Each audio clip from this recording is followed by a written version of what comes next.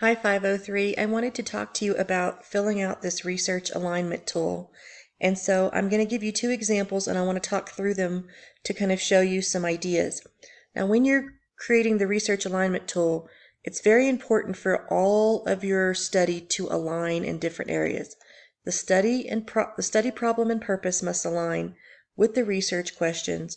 The research questions must also align with the data collection tools and your framework, and so on. So when you're writing this, I want you to use these examples to frame your questions and to frame your problem and purpose so that it all makes sense. So for example, under the study problem and purpose, provide one sentence for each. They must align with all research questions. So I specifically want you to say the problem under investigation in this study is to whatever you want to do. This person said is to assess whether students would utilize a before school band extra help program to increase musical achievement at Heaton Middle School. They also say the purpose of this qualitative study is to gather survey feedback from students and compile the results to discover whether students indicate interest in before school band help program. Now, I don't like this purpose statement because I don't want to see your methods in your purpose statement. Now, let's look at another one here. Okay, here is another one. This student says the problem under investigation in this study is that students are not engaged in the classroom using the traditional instruction model. Now, this is a good problem statement. It's just flat out telling us what the problem is. The purpose statement, the purpose of this qualitative study is to examine if introducing STEM into the classroom is more engaging than traditional instructional assignments. So this is a very good purpose statement. It's just giving us the purpose, but it's not really talking about the methods, where this one says the purpose is to gather survey feedback from students and compile the results. I don't want to see that. I want to see this other one right here where you just tell us what you're going to do, not how you're going to do it.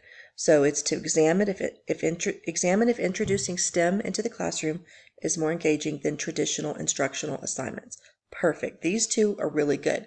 The research questions should align. So what would introducing STEM activities in the classroom be more engaging to the students than a traditional instructional model? That's a strong research question. The only problem here is they are asking students questions.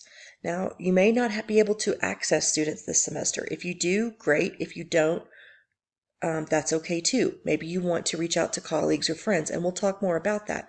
But this student apparently had access to students. Now, if you were doing an actual study, like if you were writing a dissertation or something like that, and going through the university, surveying students or talking to students sometimes can be difficult to get permission from IRB to do this. But in this class, this is a brief study. Asking students questions is perfectly fine. We're not going to be publishing this paper, so I think you'd be fine if you had access to students.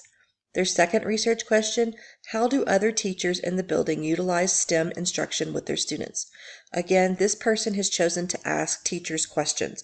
Teachers, adults, colleagues, friends, or so on are going to be one of your easiest ways to collect information. So this is good. This is perfect. They're going to talk to teachers. They're going to talk to students. All right, so their data collection tools, students will be given a pre and post qualitative reflection about instruction before and after a lesson using the current model of instruction in the classroom, and then do a comparative pre and post reflection after the STEM activities are used during instruction and compare the results. Open and closed-ended questions will be used and examined. This is very good, other than they say open and closed-ended questions. Open-ended questions are qualitative. They give you answers. The students will give you a sentence or a few sentences. That's good data. Closed-end questions usually mean it's going to be a yes or no question or a 1 to 5 question. If you start getting into yes and no questions and 1 to 5 questions, you could possibly start getting into a quantitative study, and that makes it mixed methods, which I'm not opposed to, but you really will have to learn how to analyze data both quantitatively and qualitatively, which means more work for you. And in an 8-work study, it just seems better and easier for you to do an open-ended questions or a qualitative type questionnaire or survey. Okay?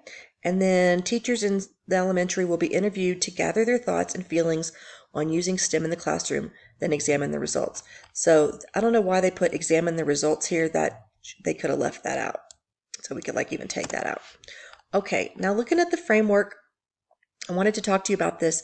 When you build a framework, use a framework and constructs, right? These are the parts of the framework.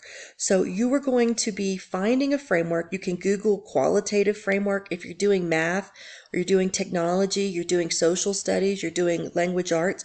Just Google conceptual frameworks in language arts, or conceptual frameworks in student learning, or conceptual frameworks in math. When we're dealing with a qualitative study, we're looking at conceptual frameworks.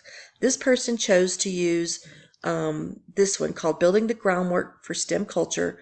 They got it from Discovery Education, and it has 4 constructs using the 4 C's of collaboration, communication, critical thinking, and creation to form and engage students in concepts in the classroom.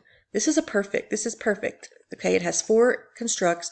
So what they're going to be looking for in these research questions and in their survey that they're giving to the questions are things like communication, collaboration, critical thinking, creation. These are all parts of STEM. So this framework works really well. I can help you find a framework. We can look at it together, but that's what you're doing, is you're finding something that will then guide you in your problem, your purpose, your research questions, and your data collection tools.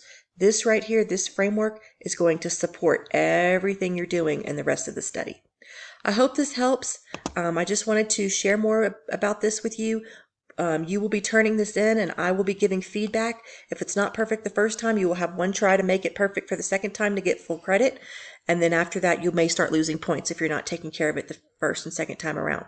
Let me know if you have any questions. I'm excited to see your research alignment tool. We call it the RAT. It's going to be a really good tool in helping you put all of the puzzle pieces together for this study. All right, thanks. Bye.